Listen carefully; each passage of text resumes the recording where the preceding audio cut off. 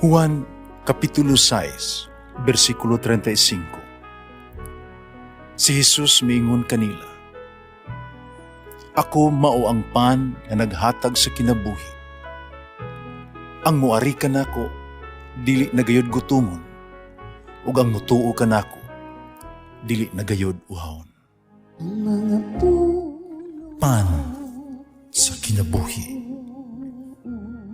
maglikon unta sa mong pagtuo ug gagakabi sa pagtuman sa imong mahal nga kasuguan. Ginoo na kaninyo. Santo sa Ebanghelyo sumala ni San Lucas. Niyato higayuna may pipila ka mga Fariseo, kami ato kang Jesus, og miingon kaniya, kinahanglan lupahawa ka dinhi ug moadto sa ubang dapit. Kay si Herodes buot mapatay kaniyo. Si Jesus mitubag, adtua og suginli kanang milo. Nahingilin ako sa mga yawa, nag-ayo sa mga masakiton, karon og ugma o sa katulo ka adlaw. Akong tapuson, ang ako ang buluhaton. Apan, magpadayon ako sa ako ang panaw karong adlaw, ugma sa sunod nga adlaw. Dili maayo nga usa ka propeta nga patyon gawa sa Jerusalem. Jerusalem, Jerusalem, im gumatay ang mga propeta o gibato ang mga sinugo ay padala sa Dios kanimo. Pagadagang higayon, nabuot ako ug akos sa tanan mong mga anak, ingon sa usa ka himungaan nga nagtigom sa iya mga piso, ilalom sa iya mga pako. Pandili ka buot, nabuhaton ko kini. Karon ang imong balay biyaan sa hingpit. Di ka na makita kanako hangtod sa adlaw kay ikaw moingon, bulahan siya nga miani sa ngalan sa Ginoo. Ang Ebanghelyo sa Ginoo. Pasalamati ang Ginoo kay siya maayo, ang iyang gugma mulungtad hangtod sa kahangturan. Pasalamati ang Diyos sa tanang mga Diyos, ang iyang gugma malungtaron. Pasalamati ang Ginoo sa mga Ginoo, ang iyang gugma malungtaron.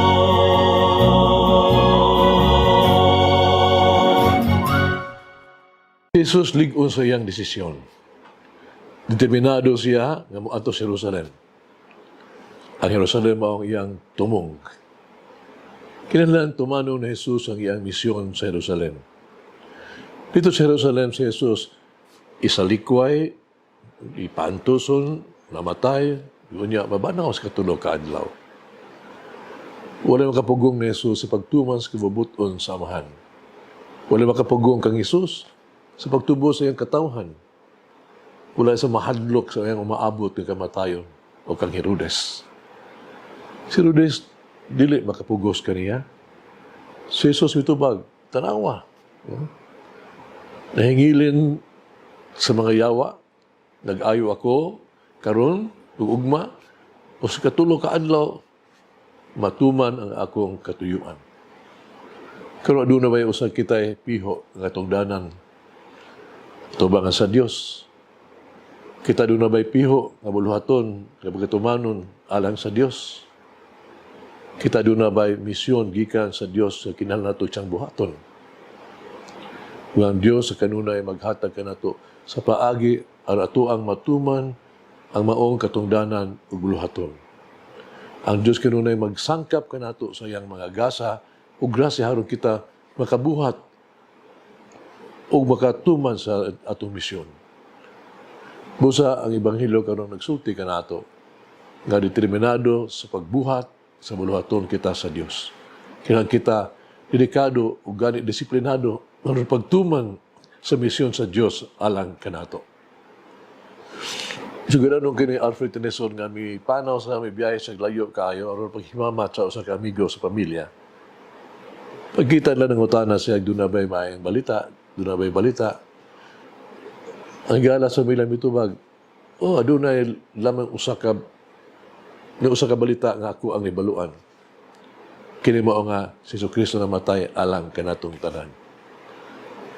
O si Alfred Tennyson midaig sa iyang higalang mingon, tinuod gayud kana ang daan nga balita ug maayong balita ug bag-ong balita. Hagit mga isun, unsa may akong isulti sa pamilya ug sa mga higala na itungod kay Jesus. Nagampo kita. Magagaham nga Dios ang maluluyon nga amahan. Maayo kaay ka. Ikaw ang maghatagon kaayo. Sa pagsalig sa imong gahom ug pagatiman, dila ako muhunong, dila ako muatras sa mabiya. Magagaham nga Dios, akong maluluyon amahan, uban sa imong grasya ug paggiya. Ako kanunay untang mulang hutay ang mga pailubon. Kanunay akong mabuhat ug maayos ang mga butang. Musultig nindot ang mga pulong. Baro ko para nimo, mabuhi so ako para nimo. Amen. Mama Mary, teach me simplicity and firmness as I journey to the eternal life. Langin ang Diyos magagahom sa tanan, Amahan, Anak, Espiritu Santo. Amen. May the Lord of the divine mercy bless us all, heal us from all diseases and suffering. Ayun unta niya kita, tanang mga sakit na to sa lawas, o sa kalag, body and soul. In the name of the Father, the Son, and of the Holy Spirit. Jesus, I trust in you. Amen. Whoever eats the bread of life will never hunger, says the Lord. Kay galaan inyong nabati ang pagpaambit ug hamubong pamalandong sa pulong sa Dios pinaagi sa tulumanon pan sa kinabuhi nga gidumala ni Monsignor Daddy Selva. Hangtod na usab sa sunod higayon, daghang salamat.